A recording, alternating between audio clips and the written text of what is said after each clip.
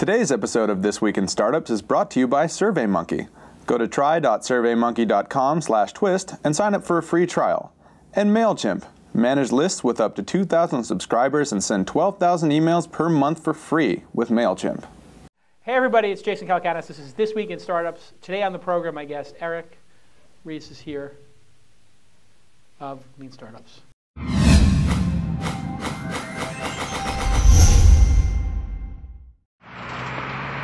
That's what it's all about, man. They said money is the root of all evil. What?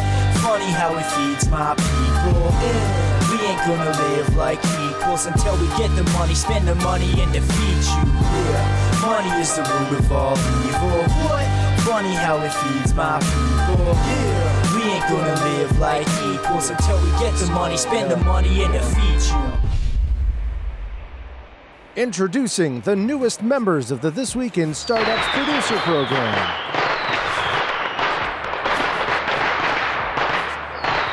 Audience, and these are all members of your cult.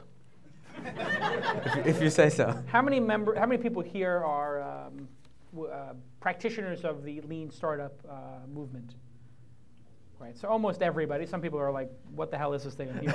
So let's just start off for people who don't know about the Lean Startup movement. What is it, and how did it start? So we call it Lean Startup by analogy to lean manufacturing. What we've been trying to do is take the same kind of iterative, customer-centric, scientific approach to product development that changed how manufacturing works, but apply it to startups and to entrepreneurship. So our goal is to make entrepreneurship more rigorous, more scientific, less based on astrology, a little bit more scientific. And how did it come about? Boy, I don't know. Just a couple of years ago, I programmed computers for a living. And that's a job I really understood well. I was a pretty good programmer. I've been programming since I was a kid. And then I was doing startups, and I got bit by the startup bug, and I kept having startups fail, even though the technology was really great. Yeah. And I kept seeking out ways to make that not happen to me anymore, because it's really frustrating. You guys know it's like frustrating, embarrassing. It's totally a terrible experience. And so I tried better technology, better product design, better engineering methodologies, and I kept running into this core problem that fundamentally the problem wasn't that the technology wasn't good, it's that we were building the wrong things. Customers didn't want it, didn't have a viable business model. And so in my last company, InView, I was very lucky to have co-founders who were willing to experiment with some new models, and as Patrick said, we had Steve Blank as an investor. So we had some people who were encouraging us to try things differently, and we built that company in a way that a lot of people said was crazy. We were practicing things like continuous deployment, which is the process of putting code into production 50 times a day on average. And I only have to look out to find some engineers in the room who haven't heard that before, and they're like, that does not seem like, you can see the shaking heads, that does not seem like a good idea. Right. But actually, and we can talk about it, it's not just throwing stuff on the wall and see what sticks. There's a methodology to doing that deployment in such a way that you prevent the site from coming down, and it dramatically increases the speed at which we can learn new things. And that really is what it's about, is trying to get to the customer and their need. And things like venture capital, resources, which seem at their essence a good thing, can actually lead to distancing you from the customer need. Unfortunately, yes. One of the startups that I worked at, we spent, we spent about 5 years and $50 million in stealth mode. And by the time customers actually saw our product for the first time, we had something like 200 employees. I shouldn't have to tell you any more of the story for you to know what happened next. We had an incredibly good launch. We had tons of press. Was it a good party? Was that an incredible party? I mean, we spent that money really well. And the money always gets spent, right? Money always gets spent, but what were the results? And the problem was, by the time we actually launched the product, we did what I call achieving failure. We successfully executed the plan, it's just we hadn't bothered to double check along the way, hey, is this actually a good plan at all? And we were so excited that we did the plan so efficiently and it was on time, on budget, with high quality, and yet customers wouldn't use our product. And so after having that experience a bunch of times, we started to ask the question, is there any way to get that information just a little bit sooner? Does it really take 5 years and $50 million to discover you're building something that nobody wants? And so at InView, which is my last company, we put out our product in 6 months. From day we incorporated the company to day we were in open public beta starting charging money for it. And we thought that was really fast, because that's like 10 times faster than in the previous company. Right. And but today that would seem slow by Y Combinator standards, where I don't know, Y Combinator is 10 weeks long. Oh yeah, but 10 weeks, and some of those companies go through multiple pivots in 10 weeks. So yeah, 6 months, there'd be no excuse for anybody taking that long to launch the first version. And even at InView, we launched that first version and it was buggy and had all kinds of problems and I was kind of embarrassed about it. I was worried it was going to crash people's computer. And then lo and behold, nobody would even download it. So at least it didn't crash their computer, right? That's actually some upside. It wasn't bad. But it was depressing because we realized we'd made a mistake in the company strategy and we had to pivot and it all worked out fine. InView's now very successful. But the truth is, when I was asking myself, gosh, did I even really need to be in this company? We just threw out all my work when we pivoted. All the technology we built those first 6 months got thrown out. I was like, well, what redeemed that was the learning that we did about what would work for customers, or in particular, what wouldn't work. But then this is the thing that really got to me. I said, wait a minute. If the goal of the last 6 months was to learn this critical thing about customers, why did we wait 6 months to find it out? Is it possible that if we'd done, for example, created a single landing page with the screenshot of the product and offered people the chance to download the product, would we even have had to create page 2 where we apologize that the product doesn't exist yet? Or would a 404 have been just as good? Answer 404 just fine because people wouldn't download it, which means they wouldn't literally click the button that said download. So it really didn't matter what was on page 2. So you would advocate, if you have this incredible idea, making a landing page that says sign up for more information to see if people actually do. Absolutely right. There's really, especially now that... Is that part of the, because I'm not, I'm an old guy now. I've been doing startup for 20 years. I don't take part in the lean startup movement. I take part in the raise a ton of money and go balls to the wall and let's movement. I've heard that, yeah. Because, you know what? I did the lean startup movement for the first 10 years of my career, not a choice. I want to have a nice espresso machine in my office, and I want to go to meetings, I want product managers. I want to do it like up.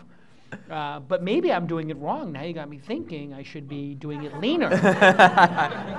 Maybe I would have found out Mahalo's pivot a year earlier if I had listened to you. You're out of your mouth, not mine. Right. Hey everybody, it's Jason Calacanis, the host of This Week in Startups, the award-winning, huge program that everybody is talking about, and I want to tell you today about a product I've been using for 2 years. It's called SurveyMonkey. It is a great way to create surveys. With me is Carolyn, who is the executive, no, what are you? You're a producer. Just a producer. Just a producer. Yeah. That's all, you're a producer of This Week in Startups. Your job is to, on the show, make you look good. Book guests. Oh yes, book guests. Do research. Correct. Pre-interview people. Pre-interview people. And sometimes I ask you to create surveys.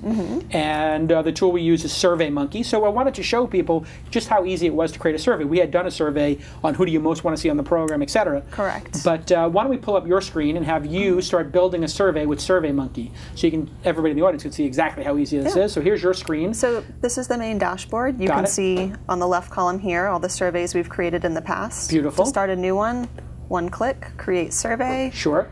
Give it a title. Okay. TWiST survey. TWiST survey, This Week in Startup survey. Yeah, we're going to do a demographic survey, let's say. Oh, very nice.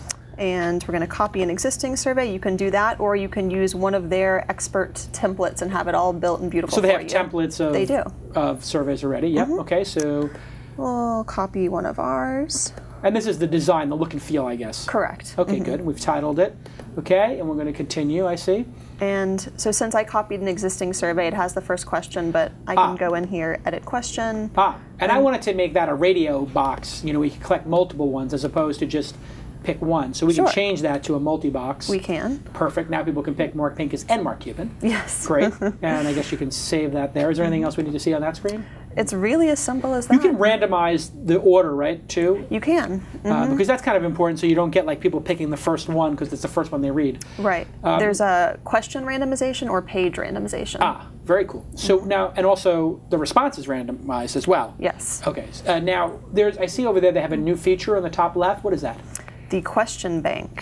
So the question bank is an awesome tool if you aren't quite sure on how you want to word something. This has ideas written by survey experts, so you can make sure you get the most accurate data. So if I wanted to know like gender or race or where you lived or income, those are like, people have thought about how to ask those questions perfectly. Exactly. So I guess if we were doing a survey for advertisers on the This Week in Network, we could click there and find something related to income? You could. Okay, let's show me how that works. There's a market research option. Let's select that.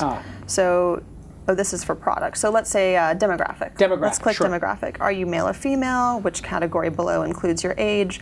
All worded in a very precise way, so you're making sure you're not swaying the So you answers. could add like 3 or 4 of those maybe? You just click add and it adds it, that's it's it? as simple as that. Oh, so add a couple more. All right, so wow, let's so say... you don't even have to think of the questions anymore. No. When did they add that feature? That's awesome. It's I didn't even know they had that. Very new. Wow. So you can construct a survey with the meticulousness of professional surveyors in seconds. Absolutely. Wow, it sounds like a commercial. Okay, you are doing a commercial.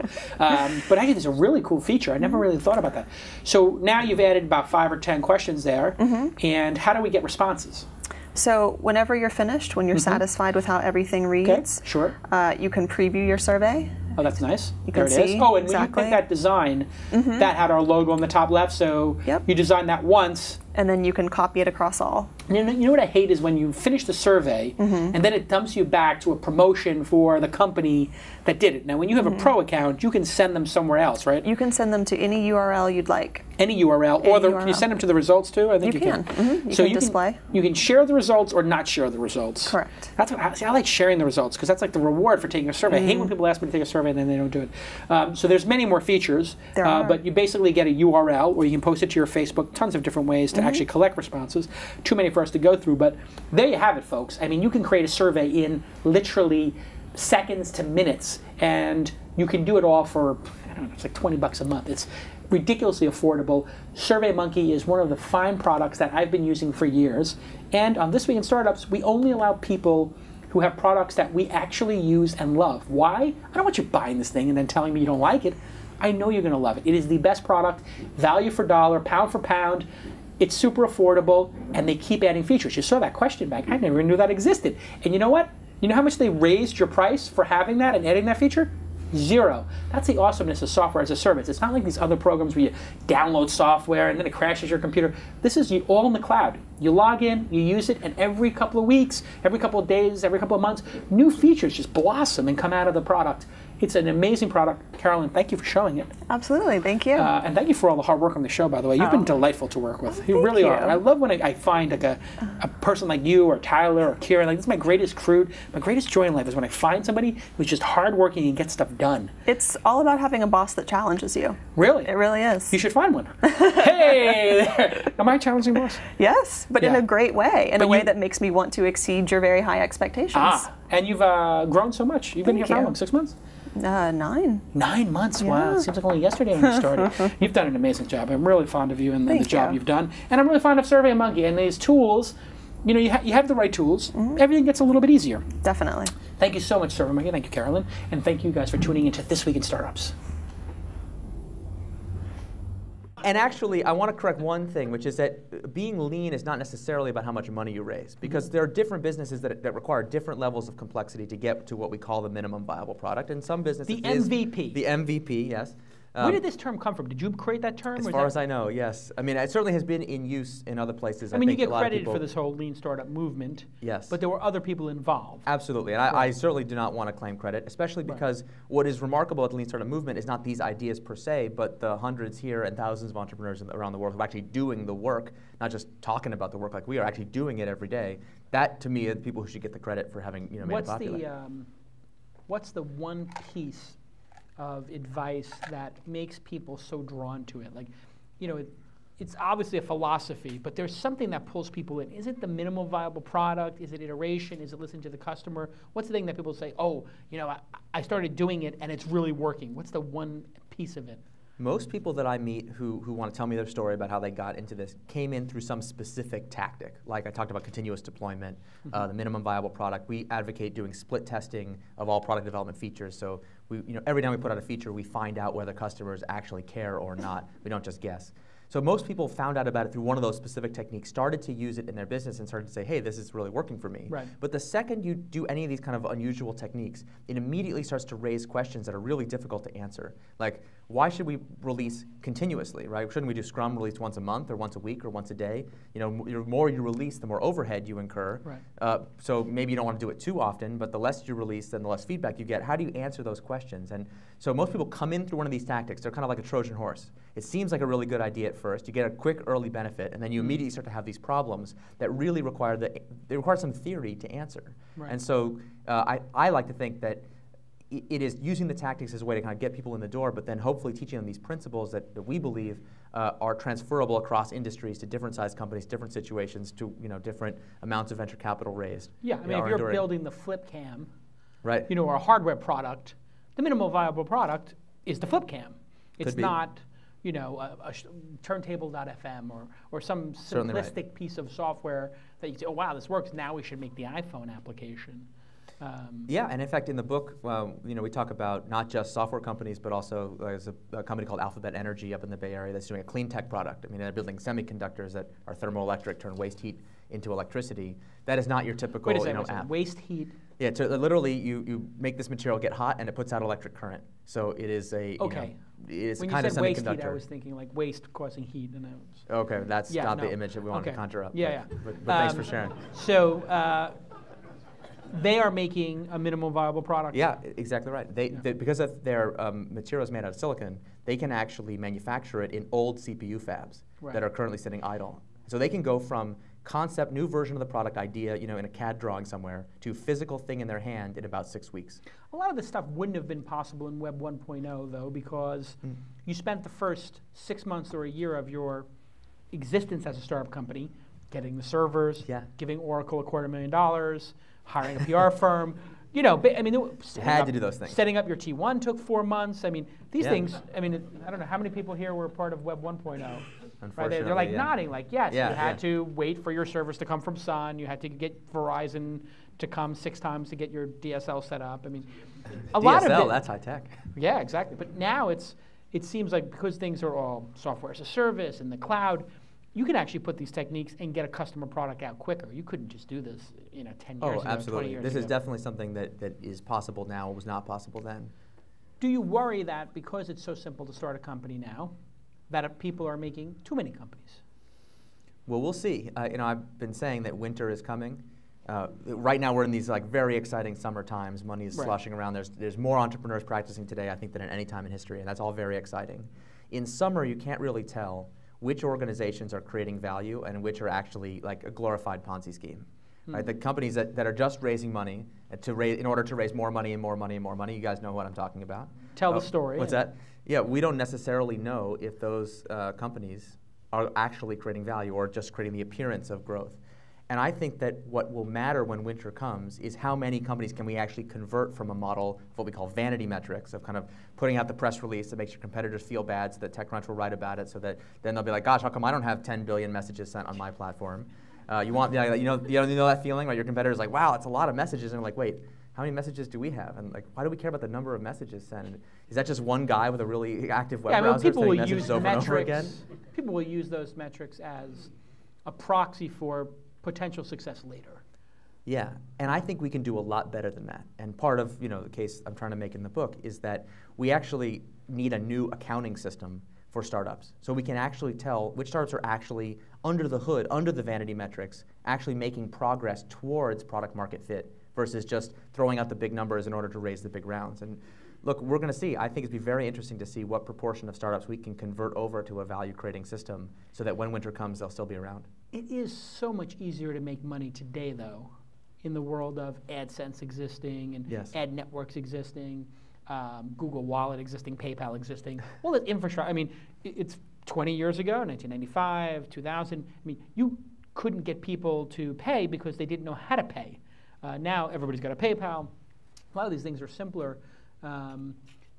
Will we not see a lot of these companies just sort of meander? Like there'll be zombie sort of startups, 5 guys or gals, and they make enough money to exist, but not enough money to be bought by anybody, and they just sort of go sideways. Yeah, that's the curse of the land of the living dead. Yeah. And I think actually, one of the things we say a lot in the sort of movement is that we're trying to stop wasting people's time. And there is the waste of building a company that blows up on you, like I did. It's a complete waste, and we want to prevent that too. But a much bigger consumer of human creativity are these zombie companies, Right. where people stay there out of loyalty. They think that maybe that one more product iteration could be the one. They don't quite have the courage to pivot to something different, but they're making just enough money to keep going. And well, how do that's you know really that? challenging. Because it didn't Angry Birds, like that wasn't like the 30th or 31st app they launched, and now they're the most important thing, but they sucked for 30 apps? Yes, and you always see that pattern. You know, all the overnight successes actually generally had 2 years of failure before them. Right. And so the challenge Twitter. is, yeah, I mean, Twitter offered investors a chance to get their money back, many of whom are really regretting that they took them up on that offer. Yeah. And I think that Twitter's a great example, because at the time that they gave investors their money back, you didn't take your money back, did you? Well, I'm just checking. There's an even better story, which was Evan Williams showed me the product at lunch with Biz. We were having breakfast, and he said, yeah, so and the website didn't exist. They talked about minimum viable product. It was only SMS. And he's like, here, I signed your phone up. I said, well, what happens now? He goes, well, I'm going to text what I had for brunch, and you're going to get it on your phone. And I said, Biz, this is the stupidest idea you've ever come up with. He says, but it's like, it's a subject line, not the, and I said, you took the blog post. You guys were geniuses with Blogger, and you took the best part of a blog post and you threw it away, the actual body of the post. This is ridiculous. He said, but no, but everybody's going to be able to tweet. I said, who wants to read everybody? I only want to read the people who are capable of writing the paragraph. And I didn't invest. Yeah, sorry about that. I could have. Everyone who's been around startups has now. those startups. I wouldn't be with you. I wouldn't be doing episode 187 if I had. So it's your loss is our gain. Absolutely. Actually, let me go back to Twitter for a let's second, go back because when they gave the money back to investors, their vanity metrics, the total number of customers and the total number of messages sent, were all pathetically small. And that's what they showed to them. They said, listen, they were actually embarrassed. Like, gosh, we only have a few hundred. I think it was like something like 500 or 600 customers. So the gross numbers are really small, and we're going to give you your money back. Ed was talking it down. Was that? Yeah. Now, whether he was doing that on purpose or not, I don't know. But if you look at the actionable metrics under the hood, the level of engagement of those early customers was off the charts. So there was an indication that something really interesting was going on there, but it didn't show up in the vanity metrics. And that's exactly what we're talking about. Almost every business, you can prove that it works, that it's viable in microscale before you go huge, right? It's Facebook on the Harvard campus. It doesn't have to be on every campus in the world all at once. You can prove that the viral growth and the engagement model works in microscale, and then figure out how to scale it up. And that's something that Yelp did. Everybody talks about rolling out a local product or what's your plan. In a way, having density and having critical mass is the strategy. It is the thing that seems to work over and over and over again. Groupon in one city, Yelp in one city, or Facebook on one campus. It seems like that is the expert best practice. It is, and there's a reason for it. It's not random. It's that you have to find early adopters before you can go to mainstream customers. That's just a fact of how ideas and technology spread. And for a product that is network-oriented, you want to get the network effects going. And of course, the classical definition of network effects is that the value of the network is proportional to the square of the number of members. So, if you're the only person with a telephone, it's basically not worth anything. But if everybody has a telephone, very valuable. But we forget that people don't want to be able to call every person on Earth. They only want to call a relatively small number of people who are in their address book. And so if you can find a dense, interconnected subset of the network, you can get those network effects going even in tiny microscale. And that, for a network effects business, really is the key. Do you feel that people are so afraid of talking to customers that they like to distract themselves with the vanity metrics, with the meetings, with the product plans? It's really just a fear of actually the rejection that would come from talking to the customer who would actually use the product. Listen, there's nothing less fun than talking to customers. Okay, I do not like talking to customers. I want to be really clear about this. It's really frustrating. I tweeted the other day because I'm starting to get the customer feedback for the book. And if you look on Amazon, there's like consecutive reviews. One person's like, this book is way too dense and detailed. Next review, it is not detailed enough. It's like entrepreneurship light. It's like, can't you guys just agree on whether it's too detailed or not detailed enough? How can it be both? Right. But of course, the problem is, customers are all over the map, and feedback doesn't actually tell you anything about you. It tells you about them. And that's really the key to kind of getting over the fear. Is that someone tells you your product sucks, doesn't mean your product sucks. What do they know? They're no expert, you're the expert. But it gives you important information about how they might behave when exposed to that product. It's kind of a key way to learn about other people. And yeah, it's scary and frustrating and just really irritating. It's almost like haters. Like when somebody leaves one of those trollish comments, and it's like, Eric, you are an idiot, you're stupid, I hate you. This technique is wrong, and for this reason, A, B, C, and D, and I tried it at these 4 companies, and I've seen it happen this way, and you're like, oh, wow, that's and I hate you, and you're terrible, love mom.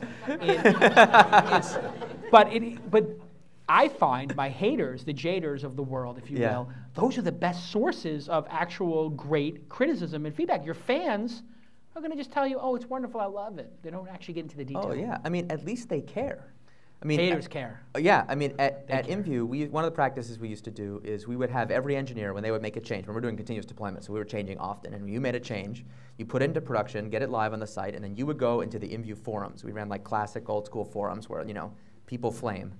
And you go in the forums and the release notes and announcements, and you would post under your own name. Hi, my name is Eric. I just made this change, and I just want to let you know that it's going on. I hope you like it. That was an open thread for comments. Die in a chemical fire. So sometimes it would be just the most brutal thing ever. You know, just, hey, I can't believe it. What kind of idiot would work on this feature when this other thing is broken? Sometimes you'd be the hero, and people are like, oh, I love you. You fixed the problem. You're so great. But I tell you, most of the time, you'd get no comments at all. And that's the worst feeling in the world. Because not even the craziest trolls care at all. Right, they don't even care enough to hate. They don't care enough to like you worked on this feature for months. You think it's the best thing since sliced bread, and nobody even cares. And we did that. We had every employee do it. Right, apathy is really the enemy. Because if people care and they don't like it, well, you can learn from that, and you can go, oh, well, let's figure out what they do care about. Right, the best comment is, you idiot! I can't believe you did this worthless feature when you should have done this other great feature. If 10 people in a row say that same thing, you're like, oh. Well, well, I have a great idea. Why don't we go do that on the feature? I'm a genius all of a sudden. But when people don't care, that is hard. That's the name of the game, isn't it? I mean, you got to get feedback constantly, and entrepreneurs are scared of feedback. Yeah, who wouldn't be? I mean, because engineering you can control. You sit at your computer, it's nice and clean, you know, you build stuff. Like the most fun time in a company's life, you know, it's the time before you have any customers. Yeah. Like that stealth mode is fun. Oh yeah, but like, pizza, pizza and your money late in the nights bank, and the 8,000 whiteboard months. diagrams about how geniuses were all great things, you know, fantasizing about how you're going to divide up the spoils and what kind of car you're going to drive. You guys know what I'm talking about. You totally do. And listen, I'm all for that. It's just, we call it the reality distortion field. That's a term that was coined to describe Steve Jobs, and all good entrepreneurs have it. And there's nothing wrong with the reality distortion field. You need it to a certain extent, don't you? Absolutely, you need people to believe. You got to get people around you to believe things as if they were true that are not, strictly speaking, actually true. Right. The issue is that there's this other group of people who have that same power, but we call them crazy people.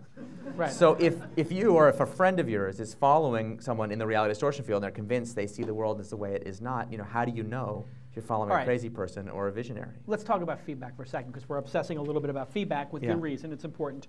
But you bring up the reality distortion field of Steve Jobs. He doesn't listen to anybody, right? I mean, he's like, you want to have a USB port? You want to have a CD-ROM drive? You know what? I'm taking everything out. You get nothing. You know, like we all loved our floppy disks, right? As we started loving the floppy disks, it's like, yeah, you know what? No floppies. Okay, well, we're getting into the DVD. You know, no DVDs for you. Yeah. Oh, but we want Blu-ray. No, Blu-ray is not a good technology. You don't get Blu-ray. I mean, it's Apple users. You wouldn't even know Blu-ray exists. I mean, Windows PC guys. I'm sorry, what's Blu-ray? Exactly. It's like, well, so how do we reconcile the most successful person we all love so much not giving a about feedback, and you telling me get all the feedback you can get? That's the most important part of it. Yeah. Who's right? You or Steve Jobs? Or is Steve Jobs an outlier? We should just say, you know what, that's a Steve Jobs exception. I don't comment about Steve Jobs because I personally do not know what actually happens behind the walls at Apple, and I don't actually think anybody does. They're very secretive about what their process is, and I think we need to know the answers to those questions before we speculate. But I have worked with a lot of visionary CEOs, and I've heard many times in my career, like the classic visionary refrain, which is totally right. Customers don't know what they want. So just asking customers what to do is a total abdication of our responsibility as founders. It's our job to keep the vision of the company.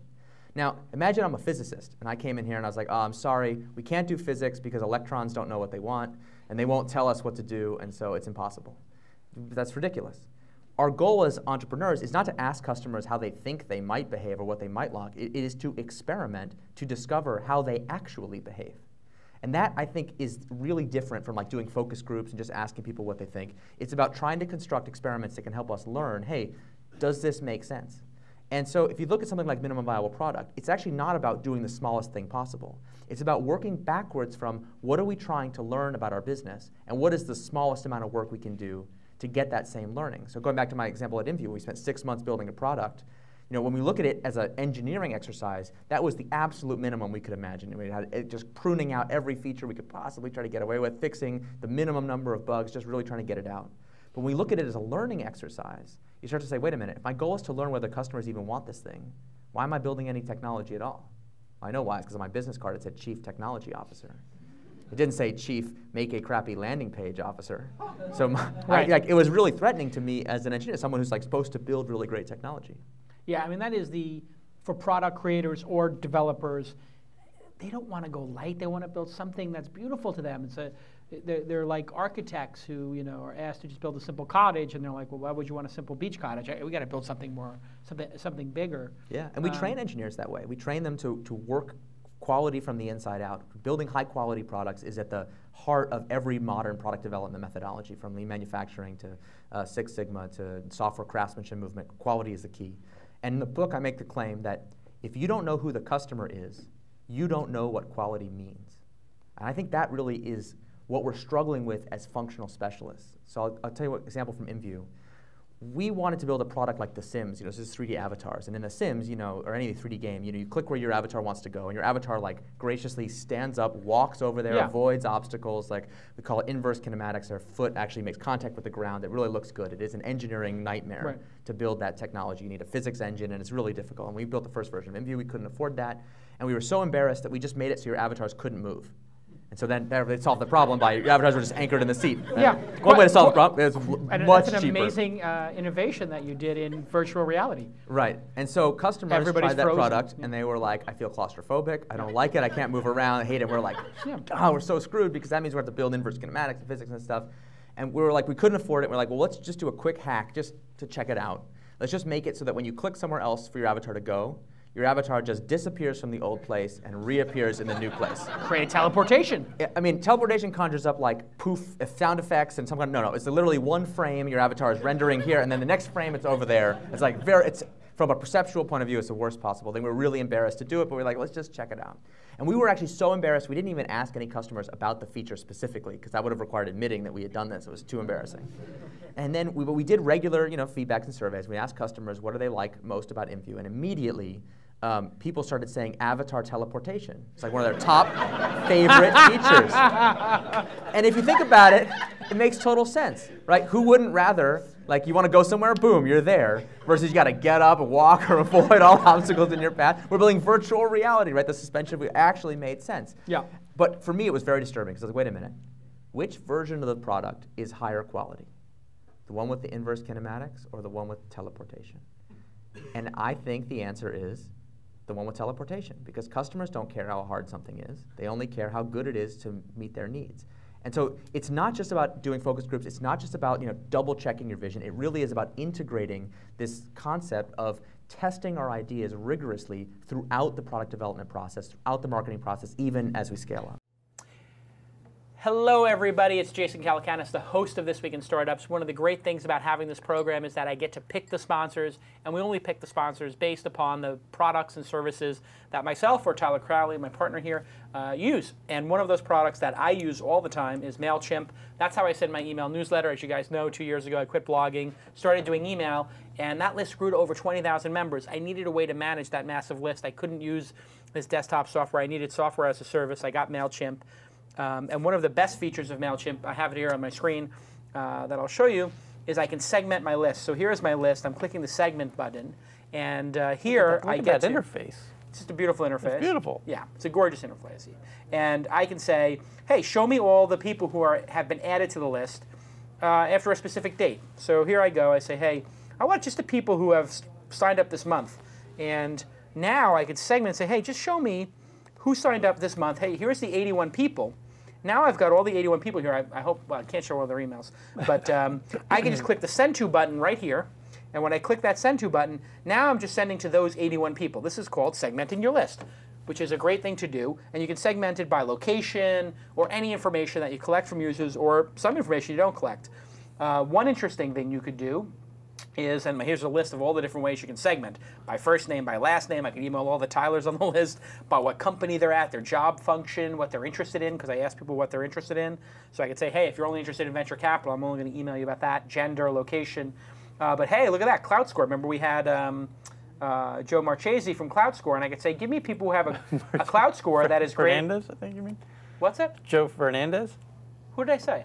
Marchese? Oh, Joe Marchese is another entrepreneur. God, I'm sorry. I'm tired sometimes. It's Joe. You just came back from New York just for this, huh? I just, is it back here? Yeah. So anyway, the cloud score is greater than 20. Boom. Show me the people who are, oh, that's 500 people. That's too much. Let me just make it 30 here. So show me the people who have cloud scores over 30. Boom, here's the 360 people. I can just start emailing to just them. So I could, if I wanted to give a free ticket, I can go all the way up the list. I can say, hey, over 40, over 50, over 70. Who are the really powerful people here on the list? And boy, I got the right people on the list. I don't want to show their emails. But an incredibly powerful tool. Go check it out. The free plan is always free. And this is one of the nice things. They give, if you have a small list, like only 2,000 people or less, and you do under 12,000 emails a month, they do it free. And they just charge you as you go. You get these sort of MailChimp points. And it's just an amazing product. So thank you to them for being a partner on the program. And thank you for your attention to the sponsors. Without them, independent media like this trip to New York, where we shot a bunch of great episodes, would not be possible, or the trips to San Francisco or to London.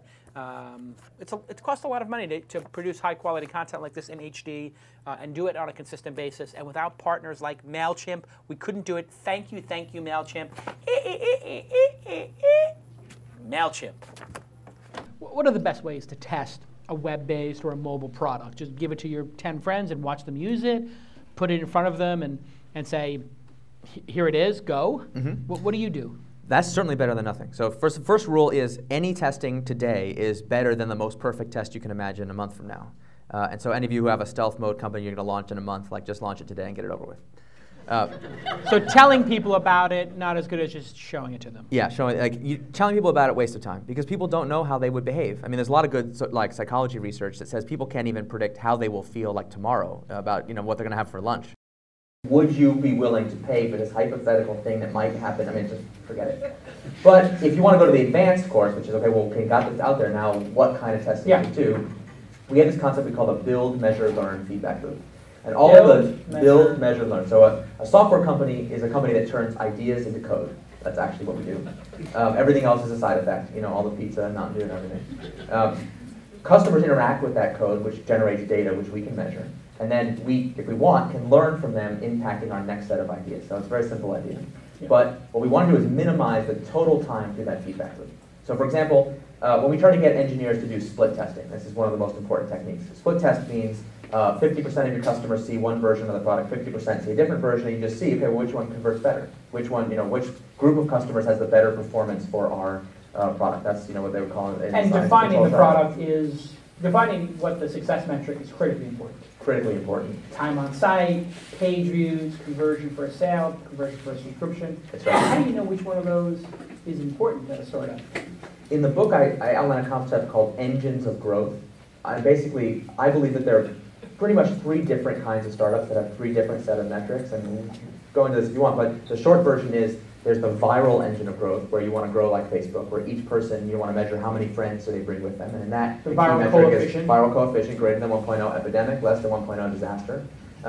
Then we have which means, just for people who so if you don't know the viral coefficient, what we're measuring is, for every customer that comes into your product, how many other customers will be forced to join as a side effect. Remember, a virus is not optional. So this is not talking about word of mouth. We're talking about an involuntary reaction, like when you get that email from Facebook that says, you've been tagged in a photo, I defy you not to click on it.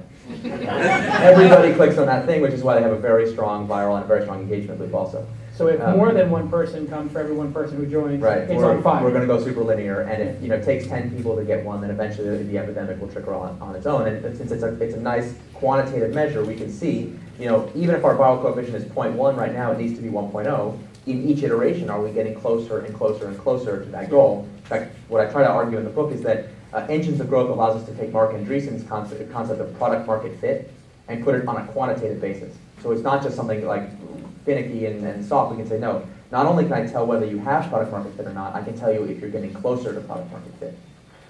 The second engine of growth is what we call sticky or engagement type businesses, businesses that either have strong lock-in or totally addictive. So think about World of Warcraft. World of Warcraft, if you ever noticed, has a horrible onboarding experience. It takes forever to download. It's like really difficult to install. Like it's a huge pain in the ass, but nobody cares because the product is addictive, and you have to get through that stuff to get to the result. You know, those of us that play World of Warcraft are basically junkies, and that's fine because in that kind of business, all that matters is how much retention, how much engagement do you get from customers. And if you take kind of the natural level of word of mouth growth and you subtract out your attrition, you get this compounding, like almost like a compounding interest rate that will again drive super linear growth. People don't quit. If people don't quit, then so you don't have to be very good at lifetime value of the marketing. customer Close to becomes infinite, becomes the driving factor there. Exactly right. Not viral coefficient. Not viral, and viral coefficient really doesn't matter. I mean, you know, World of Warcraft does make some half-hearted efforts to get you to invite your friends, but they don't care. They know that once they got you, more important to keep set. you than get your friends. Exactly right, and they would never do anything that would like improve their monetization at the expense of making the product less addictive, which is really different than a Facebook, which would basically trade everything for better viral coefficient. You might have noticed. And they have. and well, they have. Yeah. And they have, and that's their business model. You can join other people into groups without their permission. Without their permission, of course. Right. But hey, it just so happens that they're doubling the amount of sharing. Like sharing equals infection equals epidemic. That's a very simple business model. The third engine of growth is what we call the paid engine of growth, and that's where you basically make money from each customer and you reinvest that money into advertising or other cost of acquisition. And in that situation, you want to know if your product's going to grow? Easy. Take your lifetime value of a customer, subtract out your cost per acquisition. If that number is positive, you will grow. If it's negative, you will shrink. And the bigger that number, the bigger the marginal profit per customer, the faster your company will grow. So in each engine of growth, there are specific top-level metrics that are the key to measure. And the nice thing about it is it allows you to ignore the other metrics that don't matter. So if you remember the famous dilemma from The Social Network, it's about should a product like Facebook be charging customers money, be focused on revenue? Well, you know, turns out Mark was right because in a viral business, revenue doesn't matter. You can always collect the revenue later as long as you can get the epidemic to spread. You left out a couple of other ways to build a business, obviously. Word of mouth. Mm-hmm. Building a great product that people can't help telling people about. Why is that not part of the toolkit? Too old school, too slow? It's too slow. It's certainly all good products grow through word of mouth, but to get the kind of super linear growth that ultimately is what venture-backed companies especially are going for, word of mouth is too slow. You'd be foolish not to take advantage of one of these engines of growth if it's available to you. And so the other kind of category of ways of growing is things like PR and publicity stunts and one-time actions that kind of drive a ton of awareness. Launch a big conference. Not naming any names, but I hear that's something that people do. Yeah, tends to work. And that stuff works, but it's fundamentally non-sustainable. It's one time, and there's nothing nothing wrong with juicing the numbers one time occasionally. PR is not sustainable. That's it. I don't think it is because Steve Jobs doing a keynote 3 times a year is unsustainable. Well, it's not the PR that's driving Apple's growth. I mean, you have to fundamentally be able to come have great products. You have to have great products to be able to announce. And what Apple has done is build up this incredible brand and reputation for things over many years. If any of you have done that, so those are you don't slow. need to be here. Brand and word of mouth is a 10-year process. The things you're talking about could be a 10-day, 10-week process. Yeah, I mean, and that's the story of 10-hour process. Recent companies like Groupon and Dropbox that have had seemingly overnight success because they've really engineered that engine of growth to be as efficient as possible. What do you think of Groupon? I'm curious. I like the story of Groupon, the early story of Groupon. What do you like? Here's what I like a lot about it. People I think pretty much know that but Groupon wasn't even called Groupon at the beginning. It was called The Point, and it was this platform for collective activism. So instead of group coupons, it was about let's all form a petition to go protest City Hall, and if we if we get 100 people, we'll all do the protest. And nobody cared. Yeah, basically I think a year and $1 million building something that nobody cared about. And so they decided it was time to pivot, and here was the pivot. They had this idea for social coupons. Anyone know what the very first Groupon was? Pizza. Pizza, yes. Thank you. Some people have read the book. I appreciate it. The very first Groupon was 2-for-1 pizza in the pizza restaurant in the lobby of their building. Okay, not exactly world-changing. They created a WordPress blog in 2 seconds, skinned it, called it Groupon, put up the coupon, and 20 people redeemed the coupon and got a free pizza. Now, I don't know about a true minimal viable product. True minimum viable product. And you got I love this story because I always think about, well, if I'd been back there, if I'd been having that meeting like you had with Evan Biz, and be like, 20 free pizzas. Well, obviously, this is going to be the fastest company in history to get to $1 billion. Yeah, right. You'd be like, wow, you've just done something meaningful with the point, and you're now a coupon saver. Yeah. So booklet. obviously, right? It's like you wasted a year of your life. Now you sold 20 pizzas. Congratulations, you're on your fast track to success. And yet, because they had spent that year failing, they knew how significant it was to get 20 people to do freaking anything. And that allowed them to then have the courage to understand the engine of growth and build it up. Now, recently, all these accounting questions and issues around is Groupon's growth fundamentally sustainable, I think points more to a problem with our current system of accounting. That we do not know how to account for these high growth companies. With the current accounting metrics, I mean, think about it. There are experts, really well-informed experts, who are simultaneously saying that either Groupon is making or losing a ton of money.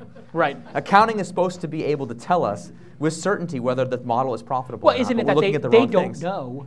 Nobody because knows. It's such a revolutionary model, what the lifetime value of a customer is. That's right. You can't, before you were talking about, hey, you can back into that.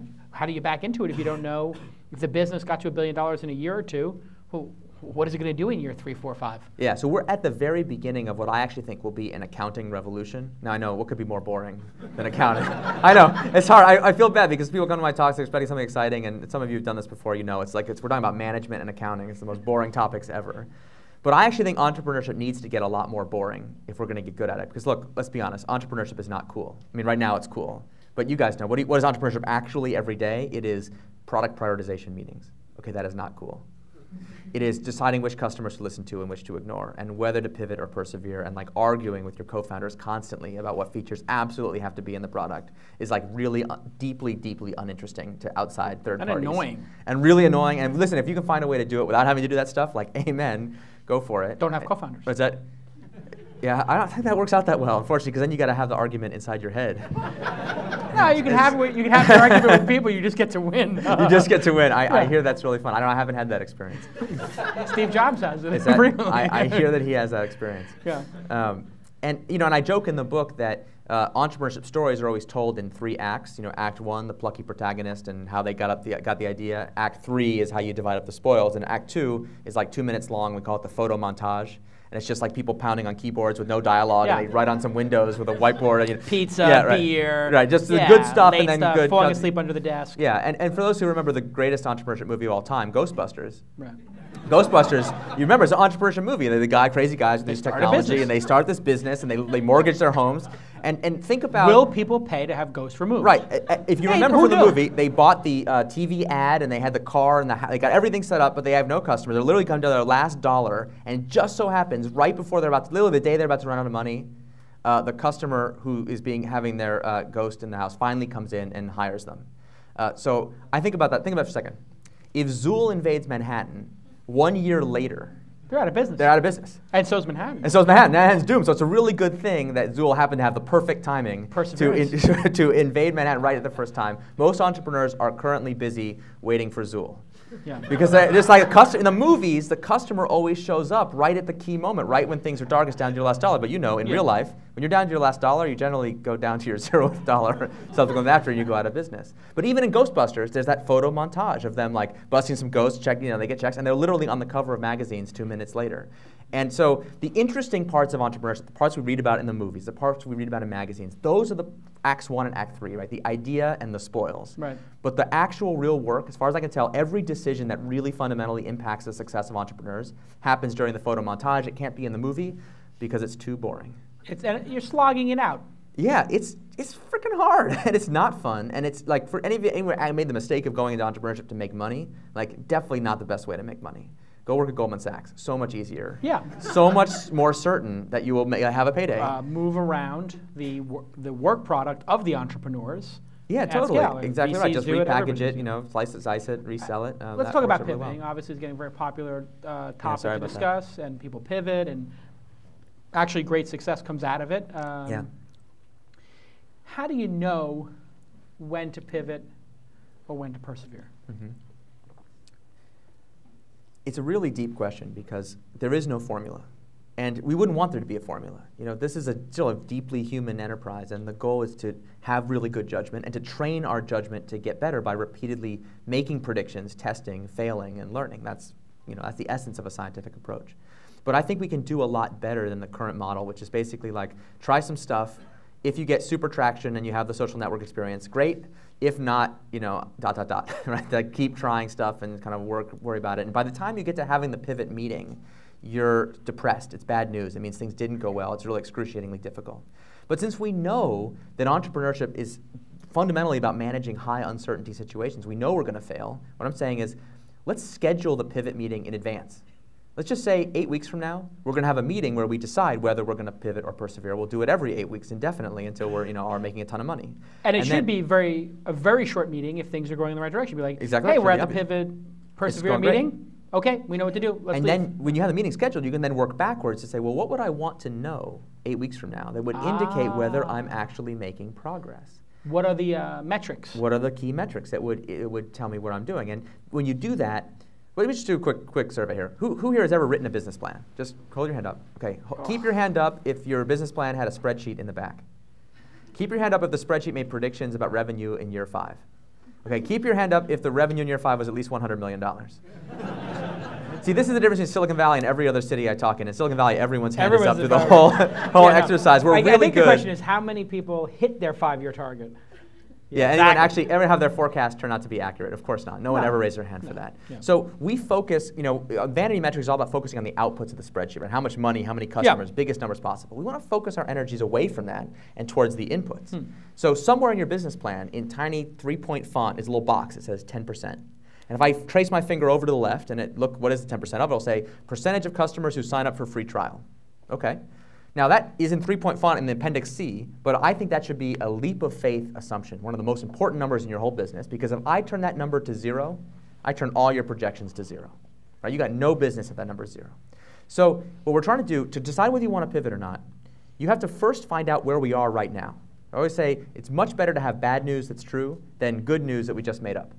So we do the minimum viable product in order to establish the real baseline data from that spreadsheet. What is the percentage right now on our landing page who sign up for this thing? It's okay if it's 0%. At least we learned what it is. Right. Then one of two things happens. In each iteration, the number will either go up or it won't. And if it goes up, it'll either go up, start trending towards that 10% magic number it needs to be, or it won't. So sometimes it'll be 0, 5, 7, 9. Okay? Let's say that's 3 or 4 months of work. You'd be like, it's not 10% yet, but we're going to make it. Yeah. We're doing fine. The experiments that we're running are productive. They're changing customer behavior for the better. I meet a lot of teams where the numbers go like this: 0, 3, 5, 5.5, 5.75, 5.8, 5.85, 5.857. And I have teams that are like going from 5.85 to 5.857, and they're bragging to me because at least it's still up and to the right. That is how you wind up in the land of the living dead. Technically, the numbers are still going up, but you're not trending towards where you need to be. You're hitting that asymptote. You're hitting the point of diminishing returns. And I think that is the #1 signal that teams need to pivot. It feels like you're not working hard enough. That is the symptom. I often get called in to consult with companies because the engineers have stopped working hard. And I'm always like, did they get stupider or something? Were they stupid? Are they giving up, or there's a perception they're not working They're hard? not giving up. I mean, there is that kind of death march feeling, so they're not feeling happy. We can't make this work. But the problem is, the I've been on that experiments they're march. running, yeah, you've done that, right? Oh, the God. experiments you're running just don't seem to be making a difference, and our assumption as business leaders is since we made a good plan, obviously the problem is the team's not working hard enough. But actually, I have a better hypothesis. The problem is we are executing with extremely good discipline a plan that does not make sense. And so when you see that symptom, you're fighting a war you can't win. Yeah, it doesn't matter. If you're building a product that nobody wants, making it easier to use just helps people realize that they don't want to use it sooner. So all of You've the things more you've been trained efficiently in, marketed your own demise. right, exactly right. So premature launch is the worst because you're telling tons of people that your product's no good. That just helps them be like, great, I'm not going to use your product. Thanks for the heads up. Let's move on. Yeah, let's move on. So that's the indicator. It's this moment of diminishing returns that says, gosh, I really think it's time to pivot. And if we can be more rigorous about that, we can discover it's time to pivot sooner. We've been pushing the rock up the hill. We've been putting all of our effort into it, and we're not getting any closer to the top of the hill. The feeling is it just seems to recede into the distance. Like it's always a constant distance away no matter how fast you run. And those of you who had that experience will know what I mean. Every entrepreneur I've ever met that's been through a successful pivot wishes they had pivoted sooner. You feel that way? Of course, yeah. Of course. So, or if you're going to make cuts, you should have cut sooner. Right. I always want to do it sooner. Yet when you're in the pre-pivot moment, it's hard. Right? You well, don't because you don't know if you're Angry prematurely. Birds and that next thing you're going to hit the light switch and boom, that it's going to rock it up. Yeah. And I think that in every case, and this is an assertion that is totally unproven, but I think in every case, the indicators of traction are present before the hit. I think there's always a way to tell that you're making progress or not. And so if you look who are deep not, if you look at the right things, if you analyze it correctly, and I think as a movement we have the opportunity to get really good at that. That's what I talk about in Accounting Revolution. It's actually not that boring. It's pretty exciting. It's the possibility of discovering which entrepreneurs are making progress and which aren't, so that we can redirect our resources of time, energy, and money to the ones that are actually on the brink of success and just kill all those companies in the land of the living dead. or merge them and get more teams together, right? I mean, it seems to me like this democratization of entrepreneurship and also angel investing, which is many more of them and many more people coming to it, and crowdfunding, which will be legal for shares soon, I predict. Yeah. I mean, the SEC is looking at doing that. It's a huge good idea for the administration. Would be very good for the Obama administration to make Kickstarter for equity, right? Amen. As opposed to just for credit on the back of the CD. Yeah, I mean, this is how people, but what that's done is it's taken, hey, there's 3 or 4 smart people, and they're going to do 3 or 4 mediocre companies. Yeah. As opposed to one that's going to make it over the finish line. Yeah, and so if all we want to do is help those people realize that their idea is terrible sooner. Because at least once you, I mean, listen, I know none of your ideas are terrible. This has been a very uplifting talk. Yeah, I know. Really. Hi, most of you are going to fail, and that's just the bad news. And listen, I understand that your idea is not terrible. I totally get it. But the person to your left and the person to your right, their idea is terrible. But And it takes being we just wanna find that terrible. out. I mean, Exactly right. That is the reassuring thing of your message. It takes being terrible to be great. That's what I deeply believe. And when we say fail fast, we don't want your company to fail fast. We want your terrible ideas to fail fast, so that we Or can features. separate out idea failure from company failure. And personal failure. And personal failure, right? We can make it a lot less embarrassing, right? I mean, the companies where it caused the maximum embarrassment are ones like the one I told you about before, where you do the giant launch and then you realize it's a disaster. Well, now you got your professional reputation tied up in all these grandiose statements you made that all didn't come true. Much better to find that out when you're small and obscure, when you have a pathetically small number of customers. It's such a great asset. It means, first of all, you can get to know those customers really well. And B, it means you have so few customers, you can apologize to each and every one if you screw up. Then you can feel free to experiment and try crazy stuff. And that's where I think that's where almost all the really great products come from. So Eric said he doesn't want to take any questions from the audience. He apologizes for that ahead of time. But what he will do is he will take your current horror stories, and together we will try to save your company right now on stage. Really? How's that sound? Well, it sounds great. Okay. I must have had a really good idea. Yeah, it was Eric's idea.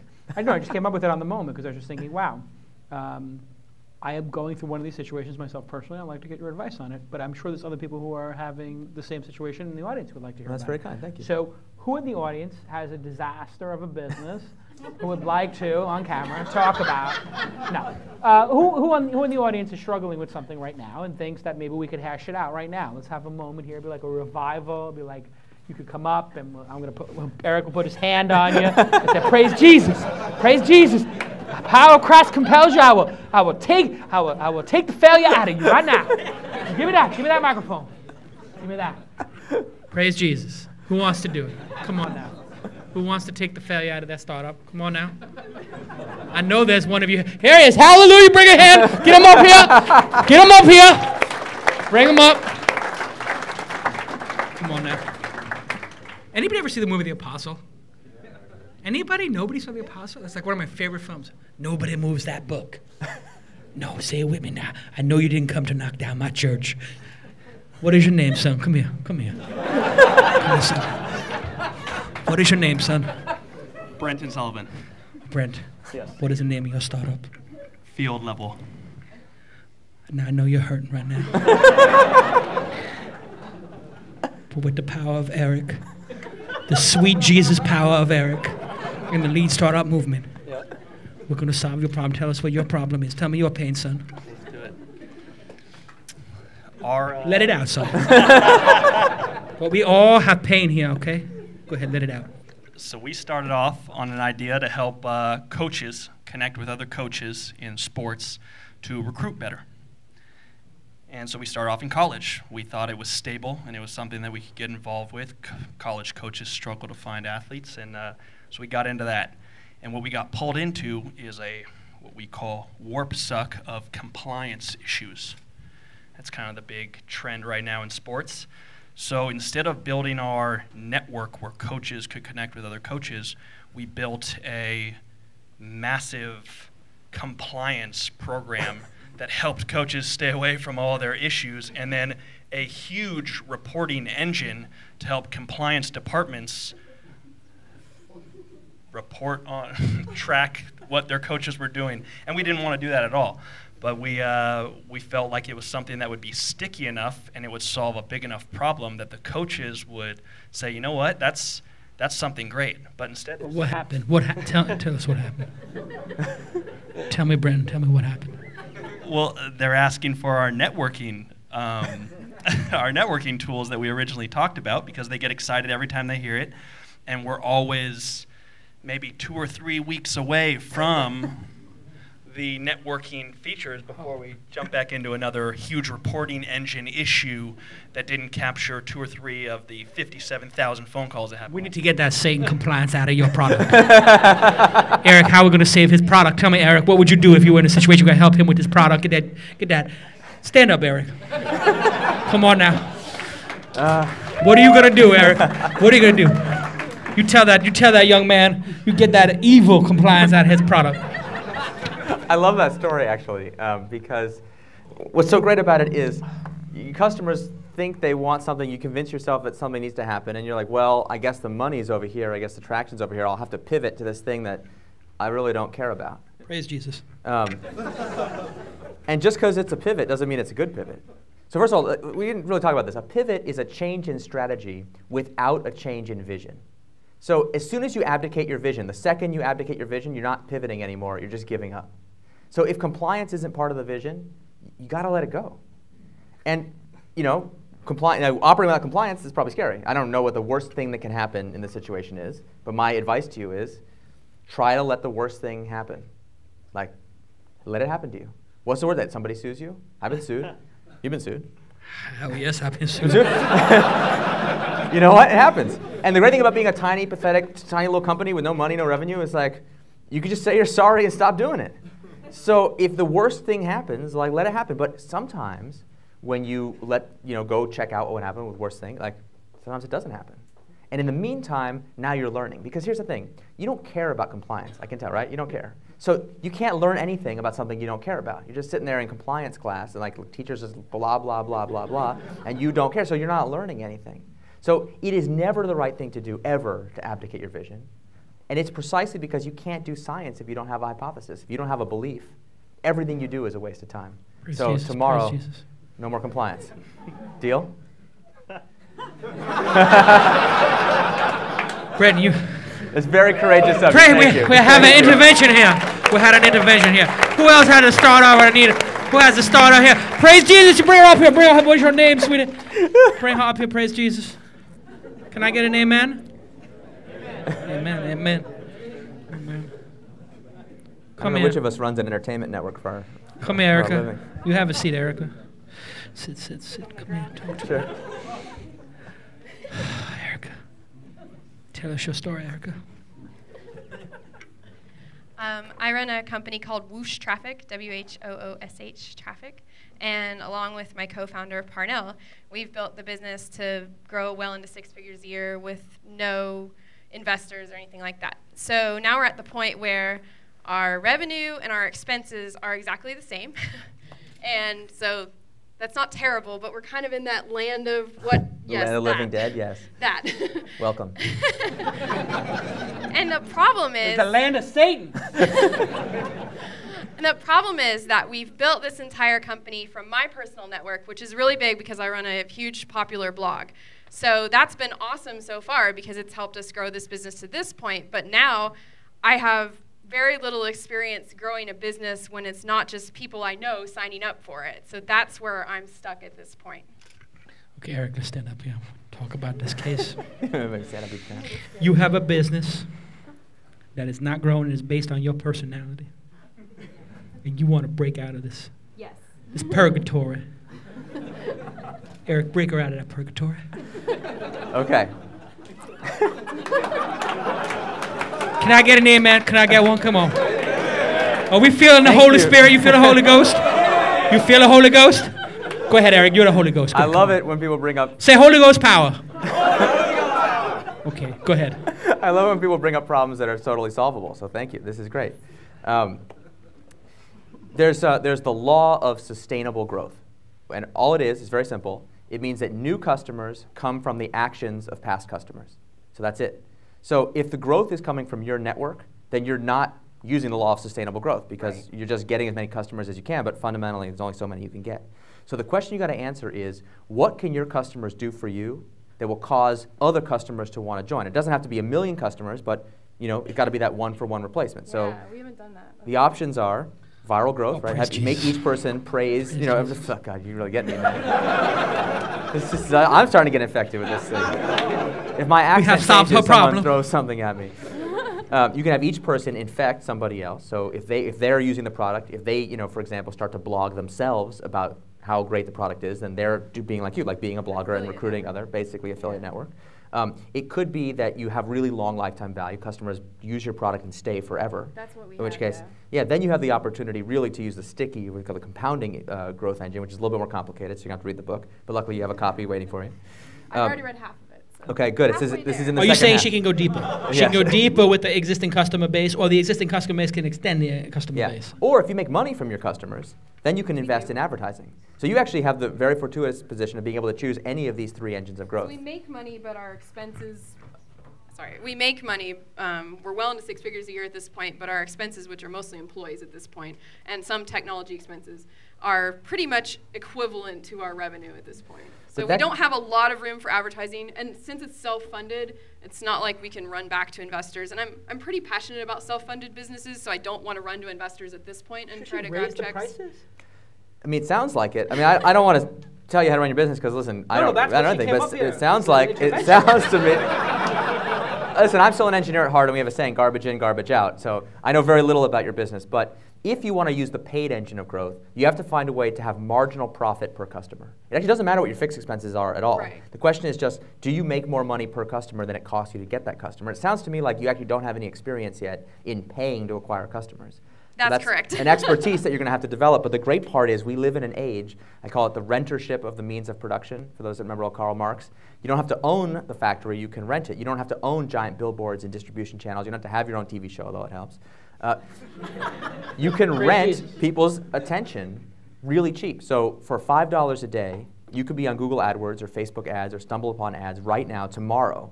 And you could have 100 people a day come to some landing page and try to figure out, well, what does it actually cost for you to acquire a customer? And you have testimonials from your existing happy customers, which most people do not have. Yeah, so there are really 2 fundamental hypotheses for any business, what we call the value hypothesis and what we call the growth hypothesis. Value hypothesis is, does this actually create value for customers, or is it a Ponzi scheme? And growth is, how does these engines of growth work? So you're 50% of the way there because you've got the value hypothesis nailed. Customers obviously find your product valuable. They wouldn't be coming back. Right. But now you've got to really switch your attention to the metrics of growth rather than the metrics of value. Praise Jesus. Praise Jesus. Can I get a Holy Ghost?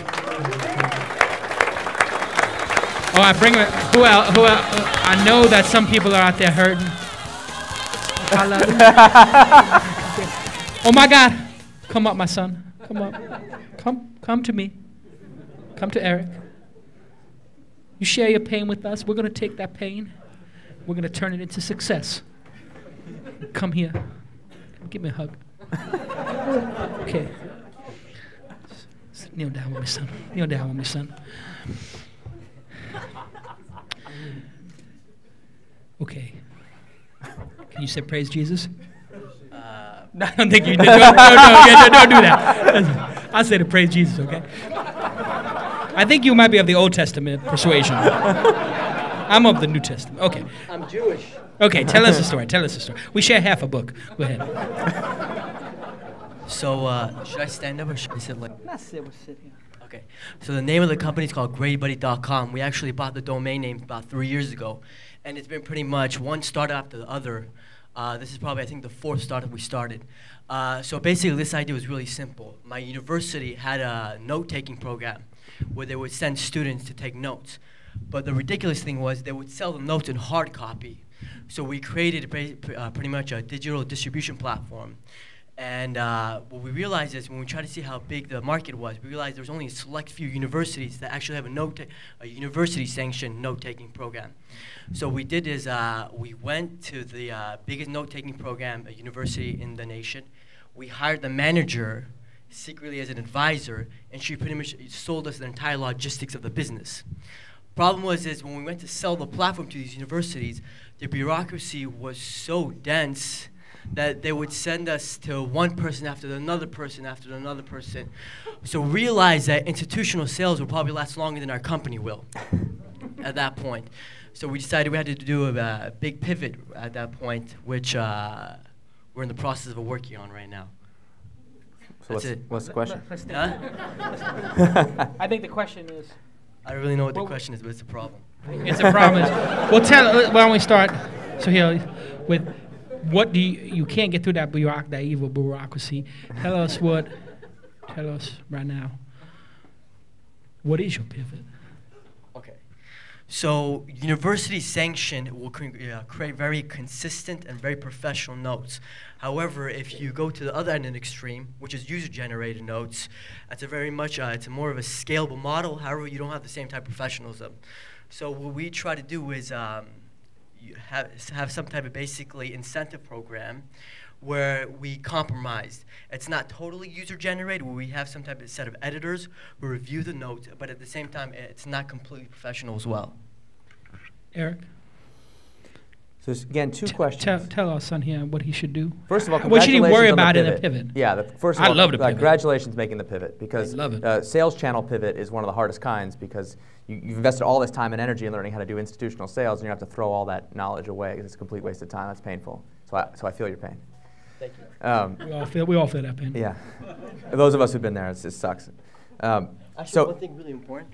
Let me tell you how much time we spent on the sales. We actually even flew to Washington to speak to the founders of the largest learning management system, Blackboard, who gave us 2 days of training of how to do these institutional sales.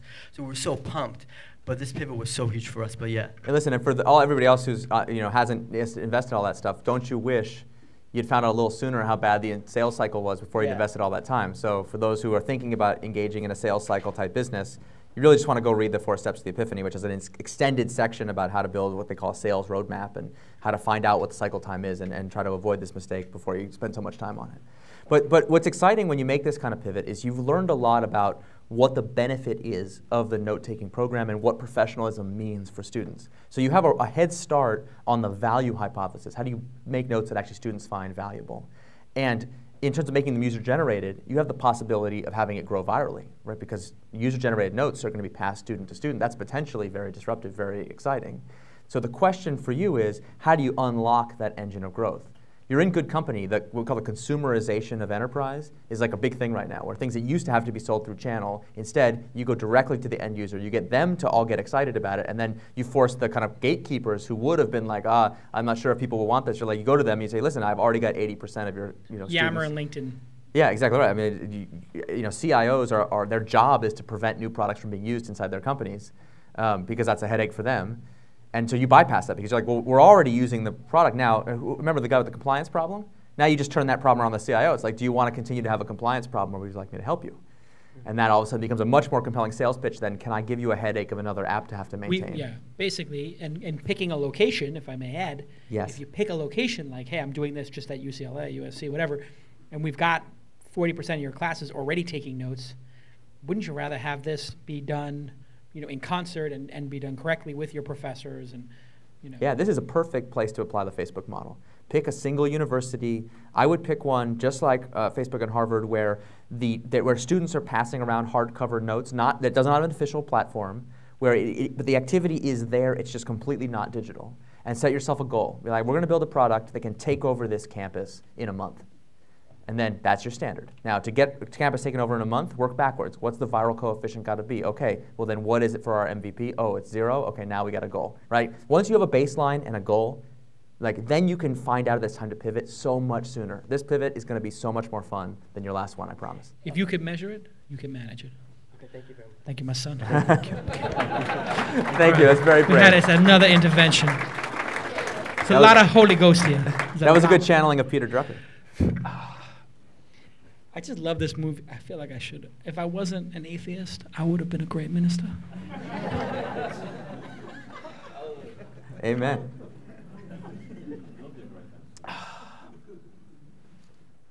Preaching the startup gospel. Yeah. I just had to take it in for a minute. So much we help those children. Anybody else have a problem here? Come on up.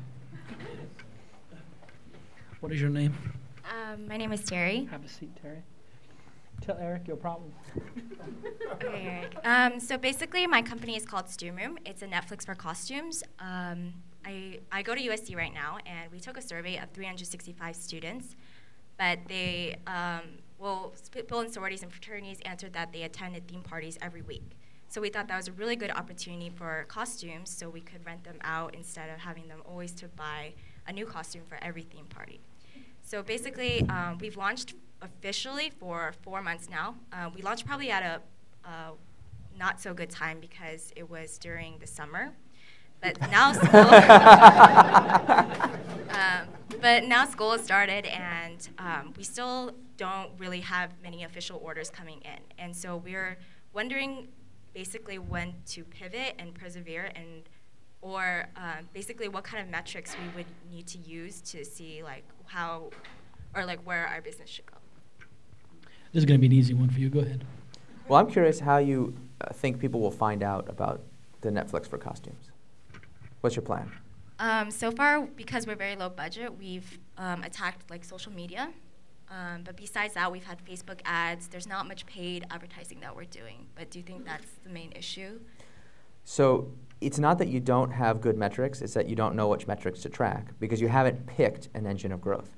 You need to make a decision. Now, the nice thing about making decisions in startups is they're not ever permanent because if you're wrong, you're just going to pivot and you're going to do something else. But if you don't have a hypothesis, if you don't have an idea of what's supposed to happen, you have this problem, which is basically, we call it ship it and see what happens. You're guaranteed to succeed at seeing what happens. Right? But if you just see what happens, that's not science. That's just, you know, if you go on Google Analytics or any of the analytics packages, you know, Eric's law of Google Analytics is no matter how bad you're screwing up, there's always at least one graph that's up and to the right.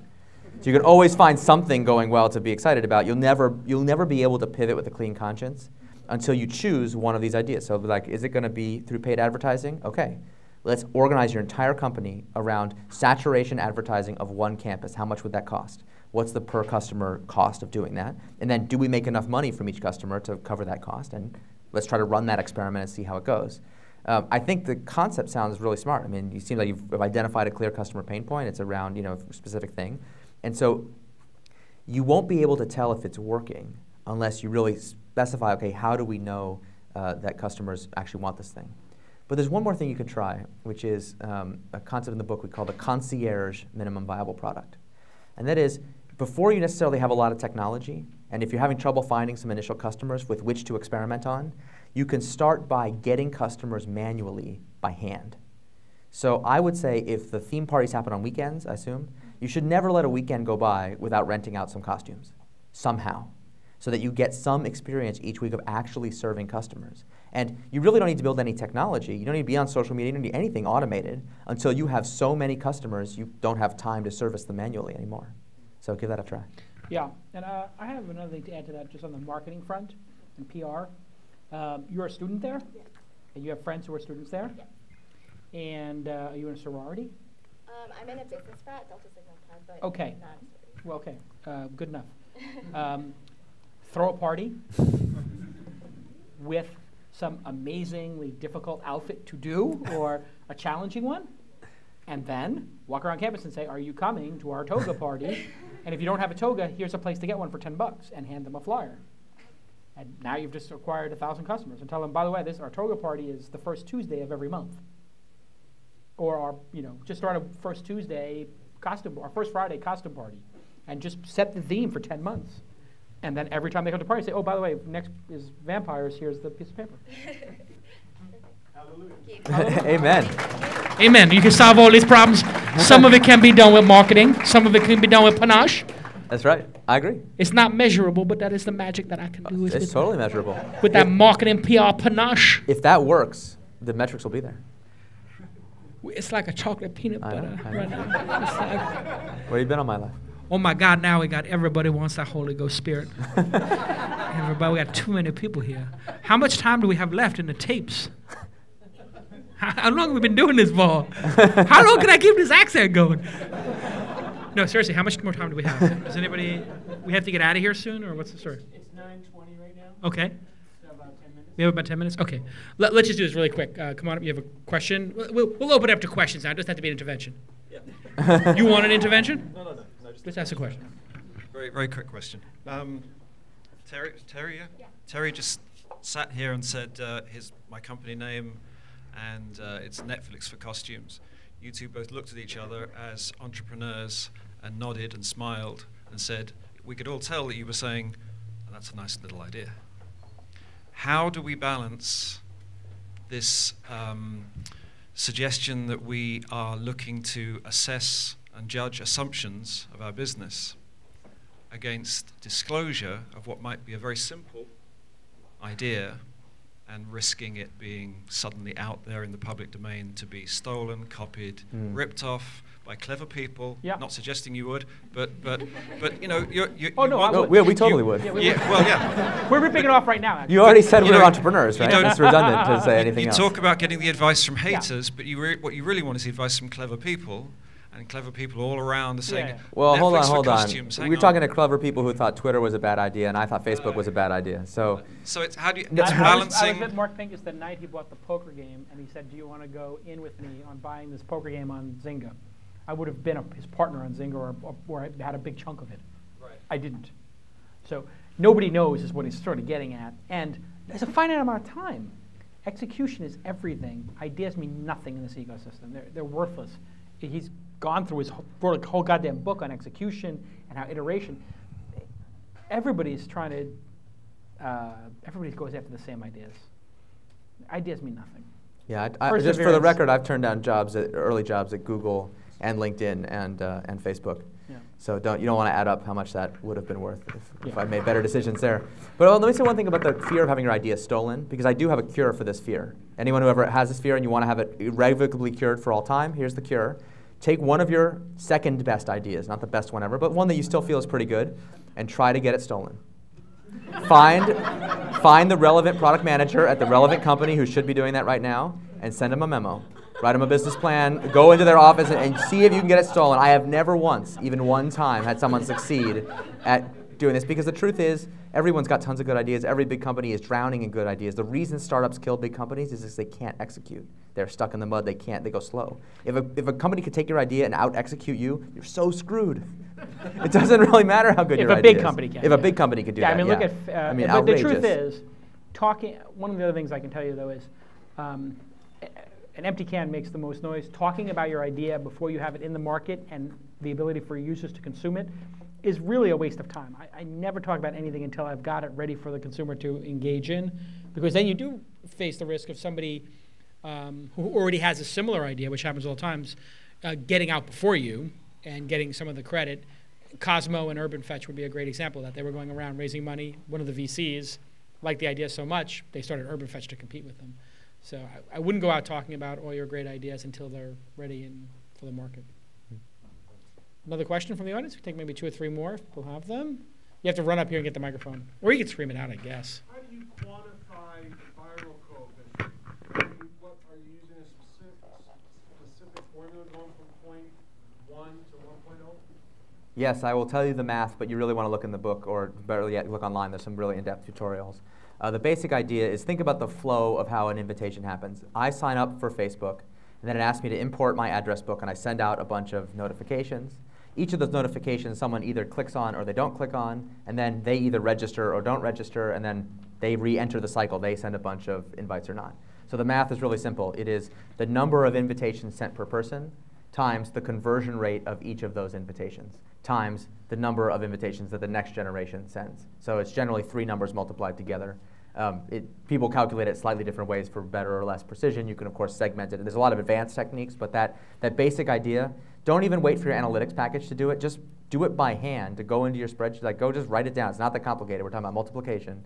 Null 3 numbers together. If you do that exercise every day, for each cohort of customers that come in, today's customers, tomorrow's customers, what day that we get? Saturday's customers, Sunday's customers. What is the viral coefficient just for that group? And then the real question is not what is it on an absolute basis, but is it going up or down? Because if your key metrics are flat, if the viral coefficient or the conversion rates are flat, but your gross numbers are growing, your product development team is accomplishing nothing. Because it means your product is actually not getting better over time. So it's a really useful exercise. What you will discover, as almost every company I've ever done this exercise with discovers, is that most of the features that you are building either have no impact whatsoever or make the product worse. So you don't want to do that, right? You could save a ton of time. Imagine you could save time not building all the features that make your product worse. Wouldn't that be cool? Final question. Go ahead. You got it. I guess we talk about iteration and how important that is, product products and companies of any size. And I think once you launch a product, you want to iterate to an extent, but you don't want to confuse your customers that you already have. And I guess the question is there such a thing as over-iteration? If you want a great example of over-iteration, there's a really funny YouTube video that some people have seen called Lean Startup Junkies. I'm just not going to say anything more than that because it's really funny. You should go watch it. It is a bit of a parody because we do talk about iteration. It's always got to iterate, got to iterate, got to iterate. And the truth is that what we really want to do is make a great product, right? We want to build a great sustainable business that is in it for the long term. Iteration is just a tool in service of that. So confusing customers is generally not an issue unless you're selling to enterprise customers who have a real release issue, and that's something that can be mitigated, but it's a little bit complicated. But most customers, not only do they not care that you're changing the product, they generally don't notice. I was astounded how many times we could do like a major design overhaul, then we would run a survey to ask people what they thought of the new design overhaul, and they'd be like, what design overhaul?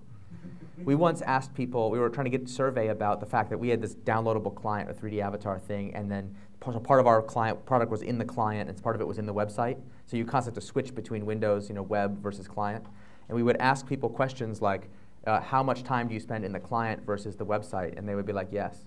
And we're like, what? And we would try to talk to them, and they just had no idea what we're talking about. They didn't, they are not, you're in the minutia of your product. Most customers really don't care. And iteration is is a journey, and then there is a destination where you may not have to iterate too much. I mean, the Amazon experience has not changed fundamentally that much. Craigslist has not changed that much. Twitter, actually, pretty stable in terms of... They keep making it worse, actually. Yeah, actually, they're making it more complicated. Yeah, I try as hard as I can not to update the Twitter on iPhone app. I wish I could go back to Tweety. It was way better. So agree with that. A lot of products, a lot of development teams are busy making their products worse, and you don't notice because the gross numbers are up and to the right because the engine of growth is still turning no matter what you do. But actually, Amazon's a great example because one of the connotations we have for iteration is this concept called optimization. That what most big companies are doing when they change their product is trying to optimize some micro variable. Like Amazon runs zillions of experiments trying to make every button convert as high as possible, really try to get maximum revenue per customer. Those experiments are not designed for learning. They're designed for optimization. Learning is a completely different activity. And so if we're doing small hill climbing type stuff in entrepreneurship, we're getting lost in the noise. Because we're not trying to optimize things marginally. We're trying to look for the big signal, like are we on the right track or not? And so when in doubt, if you have a choice between running larger or smaller experiments, larger from your customer's point of view, not from your engineering time point of view, larger or smaller experiments, you want to pick the larger experiments because they're going to have the more learning impact. Does that make sense? And that actually really mitigates against this constant frenetic activity because the truth is the key constraint on startups' ability to execute is not building time, it's not measuring time, it's actually how fast human beings can learn. We're actually terrible at it. It's really slow, and there's just not that many things you can learn. So you can't actually do that many different things and still learn from them. So if you really let that be the bottleneck, it will solve that problem for you. Hey, how would you do my company? What's that? My company and my need. Yeah, should we right now? Do it right now? Yeah. Oh yeah. Okay. You're not going to charge me, are you? What's that? How much you charge people who come into the companies? Like, it's like 10 grand a day or something? It's expensive, but there's been this great moment. Like one of the really odd, great things about writing How much a do book, those people who came up owe you? What's that? I don't know. I'll send them a bill. So the great thing about being an author is all of a sudden, for this brief moment in time, all you care about is being paid and people buying your book. And it's like, because publishing is such a crappy industry and it doesn't make any money, it's way cheaper to pay an author by buying like a couple hundred books than it would be to pay them for their equivalent amount of time. So like basically until this Sunday, I care a lot about people buying my book. So you have this brief window of opportunity. So how many books are you going to buy? I'll buy it for everybody in my company. I'll buy 50 books, whatever. Awesome. Yeah. Now you're my favorite person. Exactly. So we pivoted Mahalo a year ago to video and education. We're doing search. Had minimal, after 2 years of pounding away, just minimal growth, 5%, 10%. Not quite zombie, but not breaking out. And so I decided, hey, when we give people an answer in a video, it's doubling in size every 3 months, every 6 months, these videos in terms of views. Why don't we just put all our energy to that, produce 50,000 videos, get 30 million views a month on YouTube, but YouTube doesn't monetize all that much. So it's not like but we're getting this massive, metric of, wow, millions, tens of millions of views. It's nice, right? Yeah. And we're producing a lot of videos and the quality's fine. Then we produce an iPad app, doesn't get a fraction of the views of the YouTube videos, but the 20 videos in one Learn Guitar app start selling 100 copies a day. Those videos will make per video $3,000 or $4,000 per video a year, versus the same video making $300 on YouTube. What do I do? Do I just put the whole company on iPad apps? Don't go for the big numbers of the YouTube and just go for the money? Or do I say, do some iPad apps and go 100% to the YouTube ecosystem and build a huge 300 million view brand? What's the fundamental constraint on your ability to produce new high-quality videos? Cost. So if and the return on the investment. So if it costs low hundreds of dollars to make a video, in the YouTube ecosystem, it can take anywhere from a year to 10 years to pay it back. Right? I see, but so floating that amount of money gets very expensive. iPad is fundamentally different. iPad, you make 20 videos, they immediately pay themselves back. You pay yourself back in 10 weeks. Yeah, you answered your own question. That's great.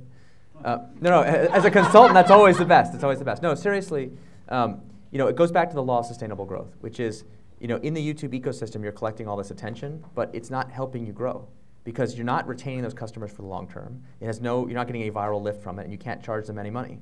So there's no way for those customers to be reinvested back into your product ecosystem. And so as long as that's true, you'll never get any kind of sustainable growth that way. Now, it's not to say that you can't have a great web product. And the challenge the thing that's just bothering me about what you said is that I find it hard to believe that it's really about web versus iPad. I bet it's about type of video in some way that I don't have enough information to really know. No, it's not. It's really not. No, because we're actually syndicating the videos from YouTube in the iPad app. It's the same, but I mean, is the app a Mahalo app, or is it like a Learn to Play Guitar app? It's a Learn app? Guitar app with the Mahalo branding, but yeah. See, I think that to me, just my intuition, there's something really fundamental about that. That people have a really clear way to know if I want to do that. It's like, oh, I want to learn to play guitar. Like that's a problem I want solved. Right. Whereas the more general, trying to SEO everything in the world is much more difficult. So yeah, it sounds like a great pivot. What's the holdup? Yeah, no, I mean.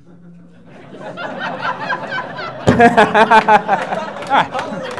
Hallelujah. Hallelujah, praise the Lord. No, actually, truth be told, I sort of pivoted in my own head. The thing with pivots is, being a leader of, large number of startup employees, you actually have to sell the pivot to the employees. You absolutely do. And selling a pivot means saying, in a way, hey, what I told everybody to do for the past year should have been not making videos for YouTube. I should have told everybody a year ago to make iPad apps. Yeah. That's a hard thing to say for some people. It is. I don't really care. Hard.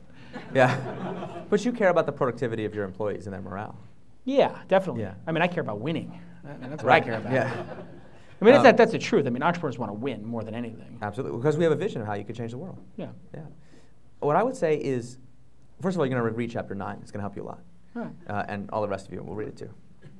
Because a lot of the conversation is about how do you build the organization on an operational basis so that pivot decisions are less difficult and less emotionally fraught. Right. So that it becomes obvious to everybody that change is needed versus everyone lives in their own opinion land. And this is really the curse of vanity metrics. With vanity metrics, when the numbers go up, everyone always thinks it's because of whatever they were working on at the time. Right? So if I talk Attribution to an engineer, theory. Yeah, if I talk to an engineer, they're like, of course, it's because of that great new feature we launched. Yeah. And if I talk to someone in marketing, I'll be like, of course, it was a great new marketing campaign. If I talk to Jason, I'll be like, because I was just on that great poker show and got a lot of views. Yeah. Right? Whatever I was doing at the time, the numbers go up. But when the numbers go down, then it's somebody else's fault. Right. We had this great feature, but those idiots in marketing sabotaged us. Yeah.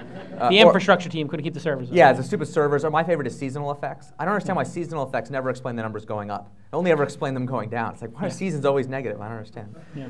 And the reason that's bad is because it allows everybody to live in their own private reality, where what they're doing constantly works and what the other people are doing constantly fails. Right. And yet everybody feels that way, and therefore there's no consensus, not about what to do, there's not even consensus about what are the facts. Well, this is where mission statement, culture, actually, even though they're wishy-washy and soft things, no, not at all. and they're not science necessarily, but they are religion, they are faith. Mm-hmm. I think that culture is the artifact of past process. So when people, like when you talk to an entrepreneur who says, change the culture, that's like telling someone who's overweight to lose weight. It's like, of course, we should focus more. An entrepreneur who can't focus, that's like, of course, that's the problem. But the question is, how do I get the focus to happen? And so I really believe that to change culture, you first have to change process. So that if people are in an environment where they have the right tools to be able to experiment and learn, then that will lead to a culture of blameless learning over time, because people will have the confidence that it really is a meritocracy, the best ideas win. It's not just whatever random thing Jason wants to do this month, but really there's some reason to it. I bet you I could find people in your company that don't even agree with the statements you just gave me about the facts of what's going on with Mahalo. So for those people, it's going to be extremely difficult. I bet some of them work on the YouTube team. Right? Well, for those people, it's going to be extremely difficult to pivot. But if everyone's on the same page about what the data really is, what the facts actually are, it's so much easier. Actually makes the developers super happy, because then they're more important again. It totally is. It is like the redemption of engineers. So I mean, because we've gone from waterfall to agile, and now we're going into this new land. And the thing I really found frustrating about agile is such an improvement. And any team that's doing waterfall, you've got to get an agile ASAP. I mean, waterfall is a disaster. But in Agile, the grand bargain of Agile is, in exchange for, as engineers, we will be responsive to the crazy business changes. You know, whatever crazy thing Jason wants to do today, we'll just work on that. We'll rearrange the backlog, whatever he wants. In exchange for that, we're not responsible for what happens. If Jason can't steer the ship, that's his problem. Okay, we just re-cranked out the high-quality code just like we were told, and it's not our fault. Well, guess what? In a startup, it's everybody's fault. In a startup, your job description, it doesn't matter what it says in your business card, rip up the damn business card. Your job description is, do whatever it takes to make the company succeed. But making that operational for people so they really believe it, really do it, well, that is what good process is about. And that is the foundation of building the kind of culture you want to have. Yeah. Helps to have a mission statement. Absolutely. Yeah. Okay, this has been, I'm sorry we don't have enough time for any more questions, because I think that the Santa Monica police will be here in a minute. When you're in the People's Republic of Santa Monica, you really can't. When they tell you 9:30, it's 9:30. Hey, give it up for Eric, okay? He's been incredible. Thank you very much.